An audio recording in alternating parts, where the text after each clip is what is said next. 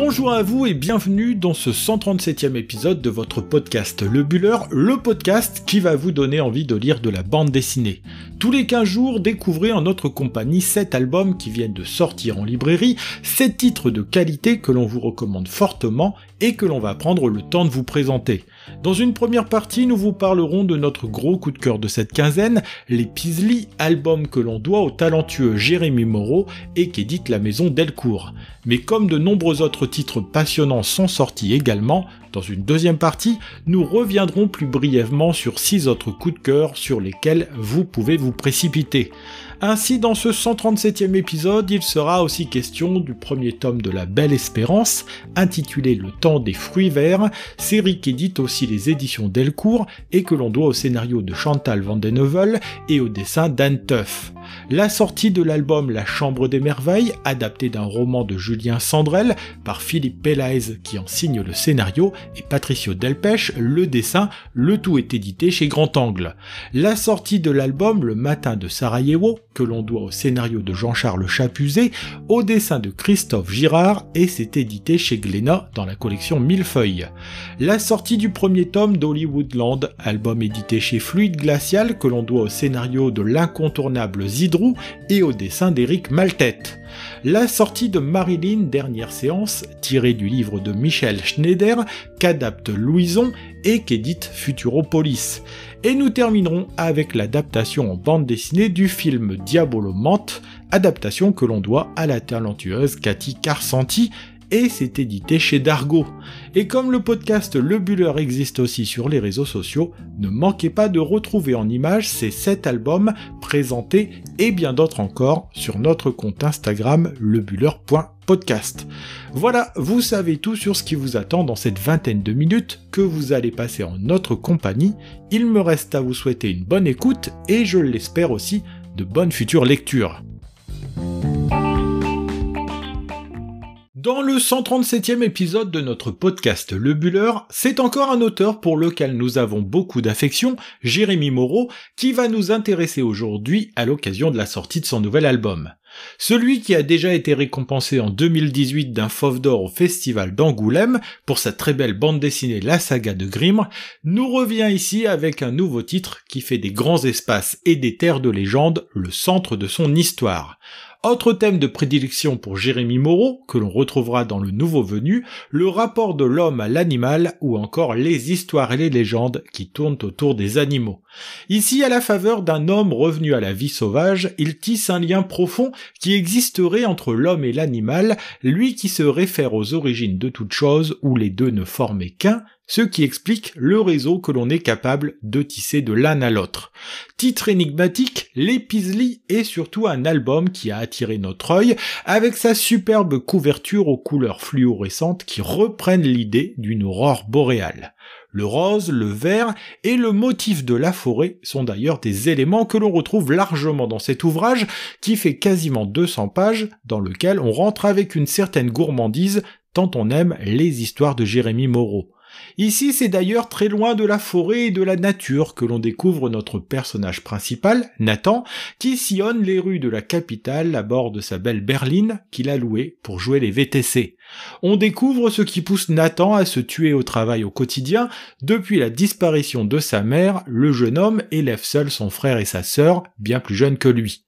Nathan a fait la promesse à sa mère de ne pas faire exploser le noyau familial et c'est pour cette raison qu'il travaille avec acharnement au quotidien au point où sa santé chancelle et que le burn-out le guette. Suivant machinalement son GPS, même pour aller déposer sa petite sœur à l'école, Nathan se rend tout de même compte depuis quelque temps que quelque chose ne va plus, lui qui a l'impression de sortir de son corps et de flotter au-dessus des éléments. Les choses auraient pu durer encore longtemps, jusqu'à l'épuisement total, mais un enchaînement de circonstances va faire totalement changer de vie à notre fratrie, celle d'une rencontre avec Annie, cliente, s'étant posée à l'arrière de la BM de Nathan.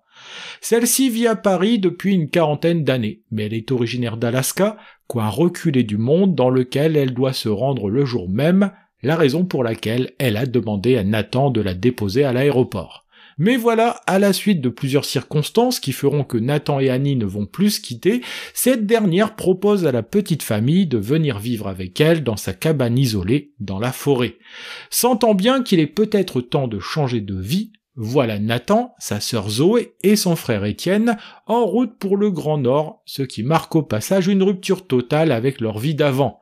Terminer l'électricité en abondance qui permet à Étienne de passer le plus clair de son temps sur sa console, terminer les copines pour Zoé, elle l'adolescente qui avait ses repères parisiens. Dès lors, il faut se réinventer et faire corps avec la nature, une nature qui peut se montrer hostile ou généreuse selon que l'on sache l'écouter et la respecter. Problème, un peu comme Nathan l'était à Paris, la nature se retrouve elle aussi complètement déboussolée en raison du réchauffement climatique qui fait fondre les glaces et transforme le paysage environnant. Loin de suivre la tendance actuelle qui imagine l'humanité aller au devant de la catastrophe, Jérémy Moreau prend le contre-pied de ce discours et imagine une nature et une humanité en train de se transformer et se réinventer pour de nouveau fonctionner en harmonie. C'est d'ailleurs tout le sens du titre de son ouvrage. En effet, l'épislie est une nouvelle espèce d'animal, croisement du polar bear, l'ours polaire, et du grizzly, pour mieux s'adapter à son environnement.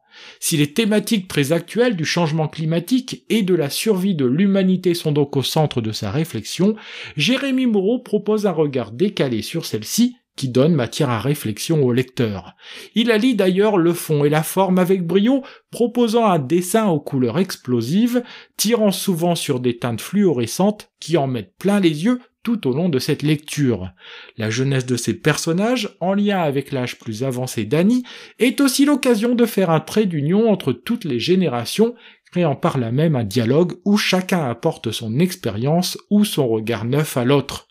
On y retrouve aussi son trait simple, ses visages expressifs et juvéniles qui semblent regarder le monde pour la première fois, un graphisme qui sied à merveille à cette histoire. C'est de nouveau un grand plaisir de se plonger dans cette nouvelle aventure de Jérémy Moreau, aventure qui fait encore des grands espaces et du rapport de l'homme à la nature une thématique centrale de son nouveau projet.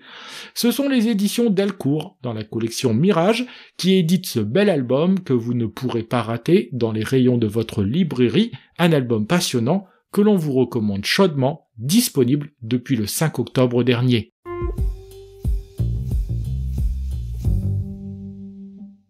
Dans cette seconde partie du podcast, nous allons revenir sur les 6 albums coup de cœur qui ont retenu notre attention cette quinzaine. C'est dans la France des années 30 que nous entraîne notre premier coup de cœur, Le Temps des fruits verts, premier tome d'une série baptisée La Belle Espérance. Période charnière en France et dans le monde, elle voit s'installer une crise majeure, née du krach boursier aux États-Unis en 1929, de la montée des extrêmes, symbolisée par l'arrivée au pouvoir en Allemagne d'Hitler en 1933, et la remontée de l'antisémitisme partout en Europe, en France y compris. Cet arrière-plan historique va servir de toile de fond à nos deux héros que sont Roger et Louison, couple tendre et bien assorti, dont on assiste à l'éclosion de leur histoire d'amour dans ce premier épisode. C'est en Bretagne que nous transporte en partie le récit, dans une auberge que tient Fernand d'une main de fer, lui qui vit avec Marie-Jeanne, dont Louison est la jeune fille née d'une première union. De son côté, la belle demoiselle n'a Dieu que pour son Roger, qui est parti étudier en ville et qui ne rentre dans sa Bretagne natale que pour les congés. Les deux amoureux, qui ne se sont pas encore déclarés, s'écrivent et profitent des vacances pour passer leur temps ensemble, loin des préoccupations des adultes, même si Roger, qui rêve de devenir ingénieur, tente de comprendre le monde dans lequel il vit. Ingénue et rêveuse, Louison se projette en future comédienne, comme son idole Daniel Darieux, mais n'aspire surtout qu'à une seule chose, vivre un jour avec celui qu'elle aime et qui lui manque terriblement dès qu'il s'éloigne de la région. Un événement va tout de même précipiter les choses et faire changer le cours du destin des deux amoureux, la mort d'Irma, la mère de Roger, qui tenait tant à s'assurer de l'avenir de son fils, pour qui elle avait mis de l'argent de côté. Cet argent ne verra jamais les poches d'un Roger qui se retrouve contraint d'abandonner ses études pour travailler à l'auberge qui se change en hôtel grâce à l'argent que Fernand a séquestré. C'est donc loin de la Bretagne, à Paris, que Roger et Louison vont essayer d'imaginer une nouvelle vie, Une vie qui fera toucher du doigt au couple la difficile existence des ouvriers qui travaillent dur pour des salaires de misère. Si Louison a la chance de s'attirer la bienveillance de Sarah Bernstein, sœur du grand couturier, pour qui la jeune provinciale va servir de petite main, de son côté Roger se fatigue au quotidien dans les usines Renault. Mais bientôt la révolte gronde un peu partout et le Front populaire offre une lueur d'espoir aux ouvriers de France, même si cela ne règle pas tous les problèmes du couple. C'est une superbe fresque historique et romantique que nous propose une Chantal Van de Nevel au scénario, elle qui mélange habilement la grande et la petite histoire. Avec un style semi-réaliste en lignes claires et un dessin volontairement rétro, Anne Teuf, aidée de Lou aux couleurs, illustre à merveille ce premier tome qui donne maintenant envie de connaître la suite. C'est que le trio nous gratifie ici d'un premier volume prometteur où les bourgeois et les ouvriers deviennent les acteurs de la grande histoire d'une période que l'on redécouvre avec autant de plaisir que d'angoisse. Ce sont les éditions Delcourt qui proposent ce premier tome de La Belle Espérance, un titre sorti le 21 septembre dernier qui fait 176 pages et que l'on vous recommande chaudement. Pour notre second coup de cœur, on vous propose de rentrer en notre compagnie dans La Chambre des Merveilles, roman que l'on doit à Julien Sandrel, adapté ici par le scénario de Philippe Pelaez et le dessin de Patricio Delpech. D'ailleurs, à l'inverse de ce que le titre pourrait laisser penser, cette histoire repose sur un drame qui intervient dès les 3 premières pages de cet album découpé en 5 parties, comme autant de personnages de ce récit. Le drame se joue dans les rues de Paris, au moment où Louis, jeune garçon de 12 ans, glisse sur son skate aux côtés de sa mère, occupée au téléphone avec ses collègues de travail. C'est qu'elle est comme ça, Thelma. C'est une maman moderne qui travaille dans une grosse entreprise, qui a élevé seule son enfant et qui fait pourtant une grosse impression chez Hégémonie, la boîte où elle est employée. Mais voilà qu'au détour d'une rue, un camion vient percuter le jeune garçon qui reste allongé au milieu de la chaussée avec sa mère qui le serre fort dans ses bras, regrettant instantanément de ne pas avoir surveillé de plus près son fils. À l'hôpital, on est très pessimiste sur le sort de Louis, dont le pronostic vital est engagé, pourtant il continue d'entendre et de ressentir les émotions, mais enfermé dans un corps devenu inerte. Pour Thelma et sa propre mère, Odette, il est l'heure de changer complètement de vie et de tout mettre en œuvre pour que Louis se réveille un jour du coma dans lequel on l'a plongé. Aussi, Thelma se souvient-elle que le petit garçon tenait un journal dans lequel il y consignait tout ce qu'il aimerait vivre un jour avant de disparaître, un cahier qu'il avait intitulé le Cahier des Merveilles. C'est ainsi que la mère de Louis va décider de se plonger dans ce cahier pour découvrir les rêves les plus fous de son fils afin de les vivre à sa place et de les raconter à son enfant en venant lui rendre visite à l'hôpital.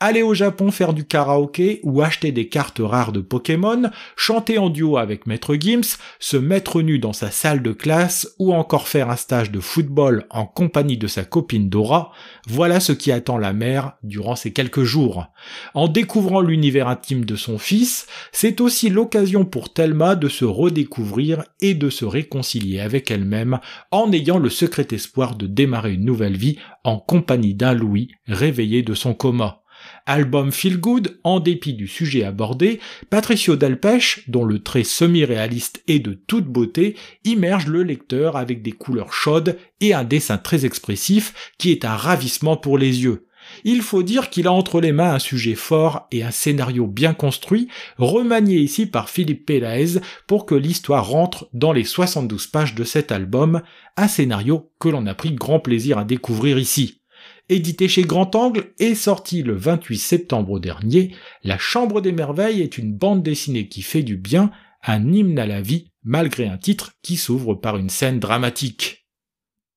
C'est certainement l'un des épisodes historiques les plus importants du siècle dernier qui est raconté dans Le Matin de Sarajevo, un événement qui nous ramène en juin 1914 dans la capitale de ce qu'est la Serbie aujourd'hui. C'est Jean-Charles Chapuzet, dont on avait présenté le récent album sur l'avocat Jacques Vergès dans l'épisode précédent, qui en signe le scénario, un scénario intelligemment construit. En effet, l'album propose une narration parallèle, présentant les deux protagonistes de ce tragique 28 juin 1914, d'un côté le nationaliste et terroriste Gavrilo Princip, et de l'autre côté l'archiduc François Ferdinand, en visite sur ce territoire sous la coupe alors de l'Empire austro-hongrois.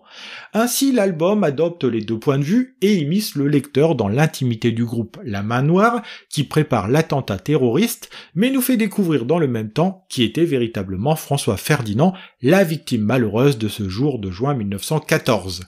D'un côté est esquissé le portrait d'un jeune garçon qui va grandir dans une Serbie annexée par l'Empire austro-hongrois, empire qui n'en a que faire de ces territoires où les populations vivent dans une certaine pauvreté et sans la fierté d'être maîtres de leur destin. De l'autre côté, on découvre un François Ferdinand dont l'avenir ne le promettait pas du tout à régner sur ce vaste territoire, lui qui aura bénéficié de 2 décès successifs pour devenir le futur empereur. On le découvre souffrant d'une maladie pulmonaire, un peu gauche, mais un homme qui va gagner en confiance dans l'exercice du pouvoir et grâce à celle qui partagera son existence contre l'avis de François-Joseph Ier son grand-père, une certaine Sophie Chotek. Le matin de Sarajevo nous raconte donc une histoire d'homme avant de faire de ce récit une des pages les plus importantes de l'histoire du siècle dernier. C'est vrai que comme on le suggère souvent, cette balle que va loger Gavrilo Princip dans la tête de l'archiduc et la poitrine de la duchesse fera par ricochet plus de 20 millions de morts dans les 4 années qui vont suivre. Mettant le feu aux poudres, chaque camp est soutenu par un certain nombre de pays et ce 28 juin 1914 terminera d'embraser une Europe dont on sentait que la guerre n'était pas si lointaine. Le dessin de Christophe Girard sert cette histoire de la plus belle des façons en collant aux différents acteurs de cette tranche d'histoire qu'il fait revivre dans les 128 pages de cet album. Expressif dans des couleurs sombres qui reflètent la gravité de la période qui se joue ici, il entraîne le lecteur auprès de ces acteurs qu'il rend vivants et attachants, éloignant ainsi quelque peu la dramaturgie qui résultera de cet acte. Il en ressort un album que l'on a pris beaucoup de plaisir à lire, un titre captivant, disponible en librairie depuis le 28 septembre dernier aux éditions Glénat, dans la fameuse collection Millefeuille. C'est à Los Angeles, dans le célèbre quartier d'Hollywood, que nous entraîne notre coup de cœur suivant, un titre arrivé en librairie le 5 octobre dernier, sobrement baptisé Hollywoodland, qui nous entraîne dans l'arrière-cuisine de cette fabrique à rêves. C'est à un duo qui a déjà travaillé ensemble par le passé que nous devons cet album qui compile 9 histoires dont chaque personnage porte un prénom dont la première lettre est une partie du mot Hollywood.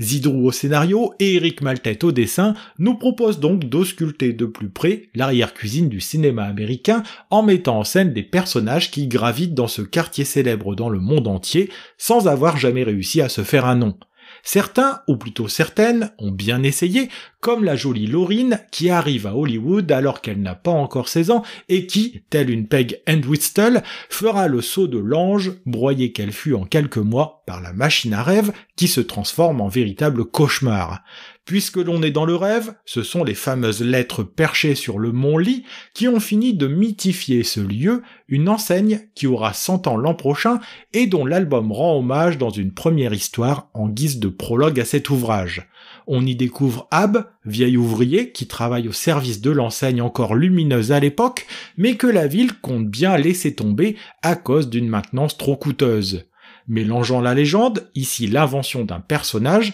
avec la réalité, l'enseigne lumineuse a vraiment été laissée en ruine par la municipalité, Zidrou porte un regard critique, autant qu'il participe à la fascination pour ce quartier mythique de Los Angeles. Avec l'humour qu'on lui connaît, parfois féroce, il s'amuse à nous dépeindre une galerie de personnages, souvent rêveurs, qui se sont installés dans ce quartier que l'on pourrait imaginer recouvert de strass et de paillettes. C'est que des stars on n'en voit pas forcément tous les jours, même si le personnage d'Oscar, devenu aveugle et qui pense rencontrer des célébrités toute la journée, pourrait bien nous dire le contraire. Pas plus d'ailleurs qu'Olivia et Liberty, deux jeunes filles qui adulent Montgomery Clift et qui vont tout faire pour le rencontrer jusqu'à découvrir qui il est vraiment dans les toilettes d'un restaurant. Avec son dessin semi-réaliste et son côté rétro, Éric Maltête donne beaucoup de caractère à chaque histoire et offre avec son compère un album que l'on a vraiment pris beaucoup de plaisir à parcourir. C'est que derrière la fiction et l'humour de cet album paru aux éditions Fluide Glacial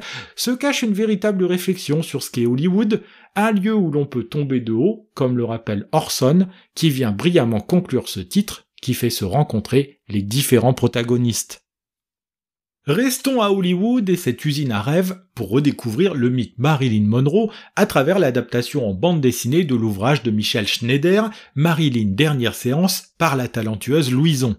Il faut dire qu'en cette année 2022, on commémore en grande pompe les 60 ans de la disparition de l'icône du cinéma américain, comme le montre aussi la récente sortie du film Blonde sur Netflix. C'est dans le huis clos du cabinet du docteur Ralph Grinson, psychanalyste travaillant uniquement au service de Marilyn à la fin de sa vie, que nous entraîne une bonne partie de l'album. Si nous ne sommes pas dans son cabinet, on la retrouve au domicile de son psychanalyste, où elle avait ses habitudes, ou encore dans une chambre d'hôtel de Los Angeles, ville où on la retrouvera morte le 5 août 1962. C'est d'ailleurs par cette tragique scène que s'ouvre l'ouvrage qui, passé les 2 pages où l'on apprend le décès de celle qui s'appelait Norma Jean Baker dans la vraie vie, nous propose de remonter le temps jusqu'en janvier 1960. C'est en effet la date où pour la première fois la belle Marilyn Monroe se pose dans le fauteuil face au docteur Grinson, non sans être arrivée avec une bonne demi-heure de retard au rendez-vous. Est-ce parce qu'elle voit en lui une figure paternelle tranquillisante,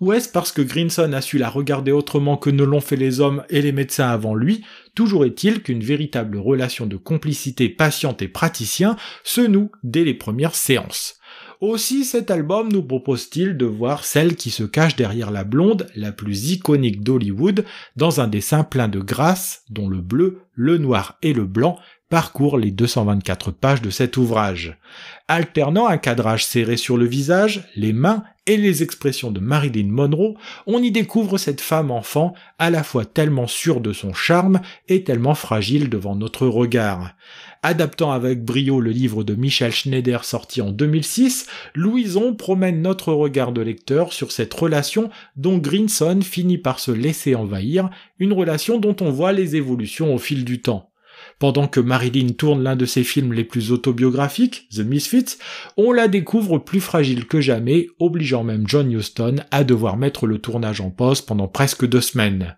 Trop fragile pour une industrie qui vous prend et qui ne laisse rien, pour reprendre les mots de la comédienne, celle-ci met fin à ses jours, non sans avoir laissé 2 bandes sonores qui en disent long sur l'attachement que Marilyn Monroe avait envers son praticien. C'est un album passionnant que l'on retrouve ici, un titre dont le très beau dessin se retrouve complètement au service d'un propos et d'une histoire captivante entre 2 êtres dont on voit la relation se nouer tout au long de la lecture. Ce sont les éditions Futuropolis qui proposent ce superbe Marilyn Dernière séance, un titre que l'on a pris grand plaisir à parcourir, un ouvrage que l'on vous recommande chaudement là aussi. Comme tous les 15 jours, nous terminons ce podcast avec un album spécial, même si ici, il n'est pas question de réédition ou d'intégrale, mais plutôt d'une adaptation.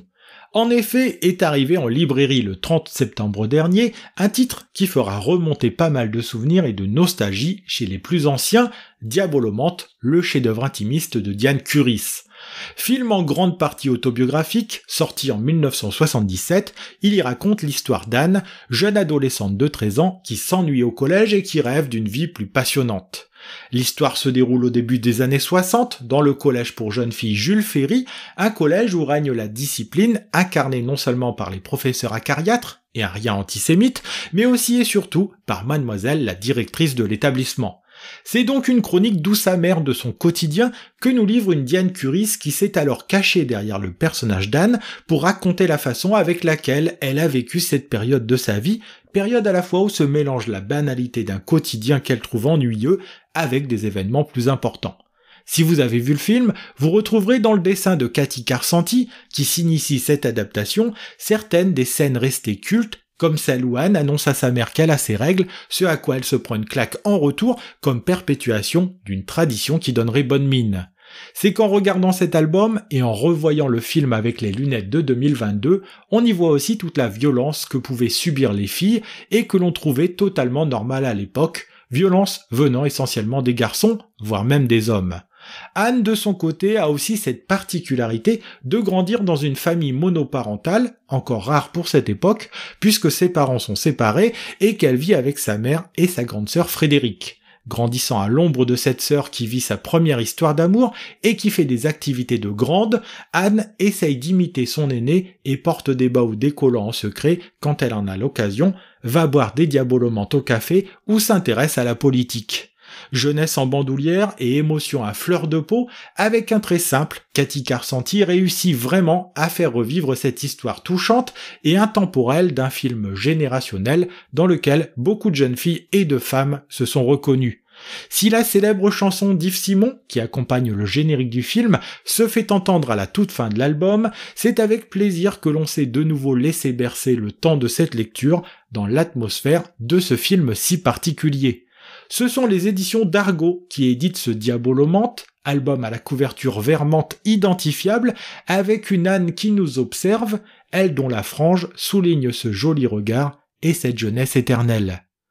C'est ainsi que se termine ce 137e épisode de votre podcast Le Buller, un épisode consacré dans sa première partie à la sortie de l'album Les Peaslee, ouvrage que l'on doit au talentueux Jérémy Moreau et aux éditions Delcourt. C'est toujours un plaisir de vous faire découvrir les sorties en bande dessinée de ces dernières semaines, et si vous avez envie de partager ce plaisir avec nous, n'hésitez pas à nous rejoindre sur les réseaux sociaux. Si vous voulez découvrir en images tous les titres qui ont été présentés dans l'épisode du jour, une seule adresse, le compte Instagram lebuller.podcast, où vous pourrez vous exprimer et découvrir bien d'autres titres encore. N'hésitez pas non plus à parler de nous autour de vous, sur les réseaux sociaux, dans votre librairie préférée, ou encore entre amis et en famille, afin que le Buller puisse continuer de grandir. En attendant, on se retrouve dans 2 semaines, le lundi 31 octobre, pour le prochain épisode de votre podcast consacré à la bande dessinée. Bonne semaine à vous et on vous souhaite de très bonnes lectures.